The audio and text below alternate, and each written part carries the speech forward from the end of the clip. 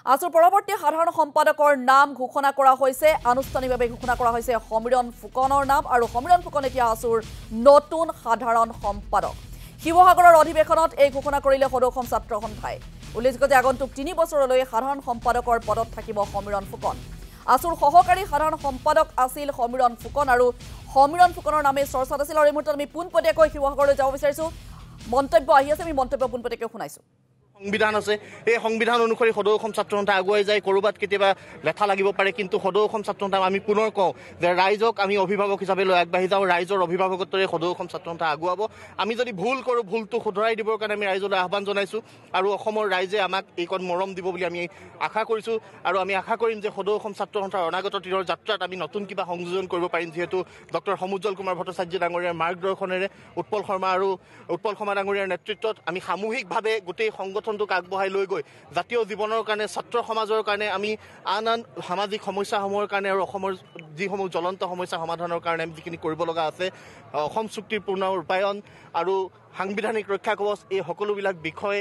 inner line পাৰ্মিটকে ধৰি আন্তঃৰাজ্যিক সীমা সমস্যা আন্তঃৰাষ্ট্ৰীয় সীমা সমস্যা যিবিলাক সমস্যা আছে এই সকলোবিলাক সমস্যা সমাধানৰ ক্ষেত্ৰত বান গৰাখহনীয়া সমস্যাৰ ক্ষেত্ৰত এই সকলোবিলাক ক্ষেত্ৰতে সদৌ অসম ছাত্ৰ সন্থাই নিজৰ দৃঢ় পদক্ষেপ আগবঢ়াই যাব সদৌ অসম ছাত্ৰ সন্থাই দৃঢ় খোজেৰে আগবঢ়াব জাতীয় জীৱনক শক্তিশালী কৰিবৰ কাৰণে মই আৰু এটা কথা সুধো বিভিন্ন কাৰণত আছুৰ মজিয়াৰ পৰা বিভিন্ন কাৰণত আপোনাৰ সতীৰ্থ হওক আপোনাৰ জ্যেষ্ঠ হওক বিভিন্ন কাৰণত ইয়াৰ পৰা ওলাই গৈছে গতিকে আজি যিহেতু আপুনি নেতৃত্ব লৈছে সেইসকল যিসকলে আঠবাদতে আছুৰ প্ৰতি আস্থাই হৈ ওলাই গৈছিল সেইসকলক পুনৰ আপুনি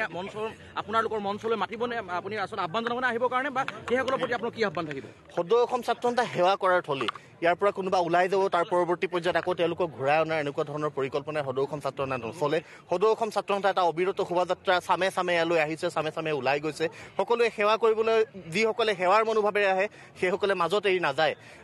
আৰু যিসকলে মাজত এৰি যায় সেইসকল কেতিয়াও সংগঠনটোৰ শক্তিশালী সেৱক হ'ব নোৱাৰে সেই কথা মই বিশ্বাস কৰোঁ আৰু এনেকুৱা ধৰণৰ কথা বতৰা এনেকুৱা ধৰণৰ অপব্যাখ্যা লৈ যাতে কোনো সদৌ অসম ছাত্ৰ সন্থাক কেতিয়াও আক্ৰমণ নকৰে তাৰ বাবে সকলোকে সকীয়াই থলোঁ সদৌ অসম ছাত্ৰ সন্থাই নতুন বাটেৰে আগুৱাব আমাৰ প্ৰতি অহা প্ৰত্যাহ্বান আমি মোচন কৰিবৰ কাৰণে সংকট মোচন কৰিবৰ কাৰণে যিকোনো পৰ্যায়লৈকে গৈ সদৌ অসম ছাত্ৰ সন্থাই কিন্তু এবাৰ সংগ্ৰাম কৰিব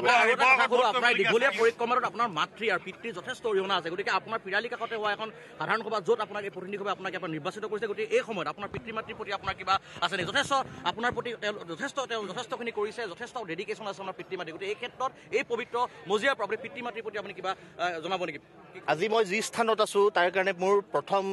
যি মই তেওঁলোকক কৃতিত্ব দিম তেওঁলোক হ'ল মোৰ পিতৃ মাতৃ মোৰ আই পিতাই আৰু তাৰ সমান্তৰালভাৱে সদৌ অসম ছাত্ৰ সন্থা এগৰাকী মোৰ দ্বিতীয় মা বুলি মই ভাবোঁ আৰু এই যাত্ৰাৰে মই আগবাঢ়ি আহিছোঁ আই পিতাই যিমান সহযোগ কৰিছে সদৌ অসম ছাত্ৰ সন্থাৰ যাত্ৰাটোত আগবাঢ়ি যাওঁতেই হওক সামাজিক কাম কাজতে হওক বা বিভিন্ন ধৰণৰ ক্ষেত্ৰবোৰত যেতিয়া আগবাঢ়ি যাব খোজোঁ সহযোগ সমৰ্থন ঘৰখনৰ পৰা পাওঁ পিতৃ মাতৃ ভগ্নী সকলোৱে সমৰ্থন কৰে আৰু মোৰ বিশেষত মই এটা কথা ক'ব লাগিব মোৰ শিৱসাগৰ আঞ্চলিক ছাত্ৰ সন্থা মোৰ লগত সদায় ছাঁটোৰ দৰে থিয় হৈ থাকে এই যাত্ৰাটো মোৰ খুব সংগ্ৰামী যাত্ৰা বহু উত্থান পতন দেখিছোঁ বহু লোকৰ কাৰচাজিৰো বলি হৈছোঁ কেতিয়াবা কিন্তু এই সকলোবোৰ নেওচি মই সময়ক বিশ্বাস কৰোঁ সময়ৰ প্ৰতি মই আশাবাদী সময়ে মানুহক বিচাৰ দিয়ে সেই বিচাৰৰ প্ৰতি মই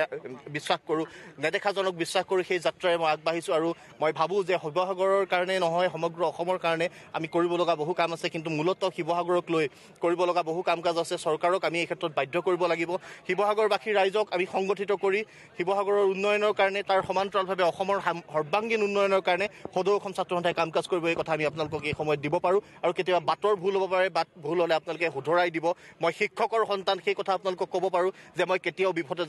নিজেই জানি বুজি নাযাওঁ বিপথে নোযোৱা মানুহটো যদি বিপথে যোৱা যেন আপোনালোকে উপলব্ধি কৰে অসমৰ ৰাইজে অভিভাৱকত্ব দি মোক সেই বাটৰ সন্ধান দিব পোন বাটটোক মোক দেখুৱাই দিবৰ কাৰণে মই ৰাইজলৈ আহ্বান জনাইছোঁ